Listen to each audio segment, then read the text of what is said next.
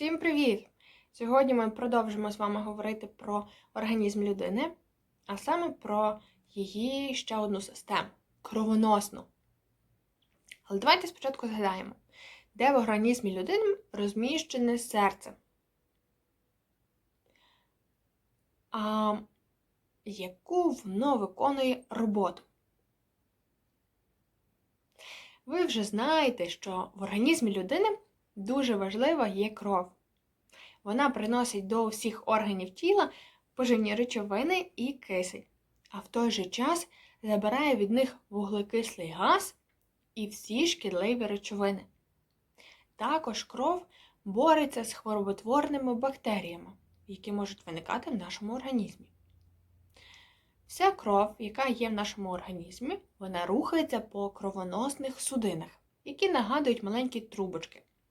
Великі кровоносні судини називаються артеріями і венами, а найтовстіші судини називаються капілярами.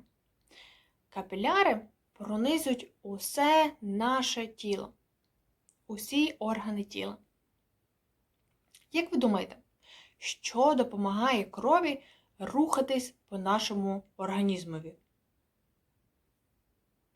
Кров рухається завдяки роботі серця. Серце має вигляд такого маленького мішечка, а його стінки складаються з м'язів. Серце, можна сказати, це такий маленький насос, який виштовхує кров у кровоносні судини. При цьому рухаються їхні стінки. Цей рух називається пульсом. Кров, насичена вуглекислим газом, по венах повертається спочатку до серця, а потім у легені. Там кров звільняється від вуглекислого газу і вбирає знову кисень. Після цього вся багата на кисень кров з легень надходить у серце, а серце в артерії. Такий рух відбувається безперервно. Його називають кровообігом. Запам'ятали? Отже, серце і кровоносні судини – це органи кровообігу. Вони утворюють кровоносну систему, яка забезпечує рух крові. Тут все дуже просто. А тепер подумайте, як зміцнювати серце, щоб воно в нас було здорове і ніколи не виникало з ним проблем. Берегти серце, в першу чергу, це не означає, що йому потрібно давати менше навантажень. Навпаки, люди, які мало працюють фізично і не займаються фізкультурою, мають слабке серце. Тому обов'язково кожного ранку робіть рухливу зарядку. Кожна людина з нас повинна пам'ятати, що серце потрібно тренувати, розвивати. Для цього можна використовувати різні фізичні навантаження, прогулянки на свіжому повітрі, рухливі ігри. Все якомога активніше для того, щоб наш організм працював, наше серце працювало якомога довше, і з ним не було ніколи жодних проблем. Добре? А ще одне таке питання. Виміряти частоту пульсу. Згадайте, як у людини виникає пульс. А ви зможете полічити свій пульс? Зробіть це таким чином. Прощупайте у себе на лівій руці пульс. Зазвичай його прощупують ось тут.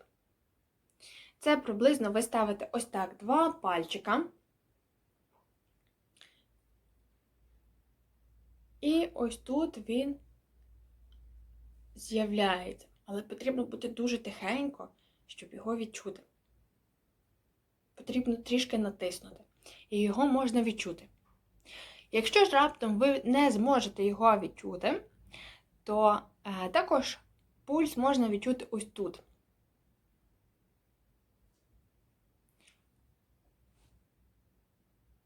На шиї. Трішки нижче щелеп. Поставивши знову 2 пальчики, Полічіть свій пульс. Тобто визначте, скільки разів за хвилину скорочується ваше серце. Добре? Ви вже також знаєте, що у тілі дорослої людини міститься приблизно 5-6 літрів крові. Якщо скласти в довжину всі наші судини однієї людини, то може утворитись лінія завдовжки 100 тисяч кілометрів. Нею можна 2,5 рази огорнути землю. Уявіть собі. Отже, кров дуже важлива для нашого організму. Кровоносна система утворена органами кровообігами, судинами і серцем. Вся кровоносна система забезпечує рух крові, яка переносить в організмі різні речовини. А на домашнє завдання ми заповнюємо наш робочий зошит кровоносну систему. Добре? Всім гарного дня! Па-па!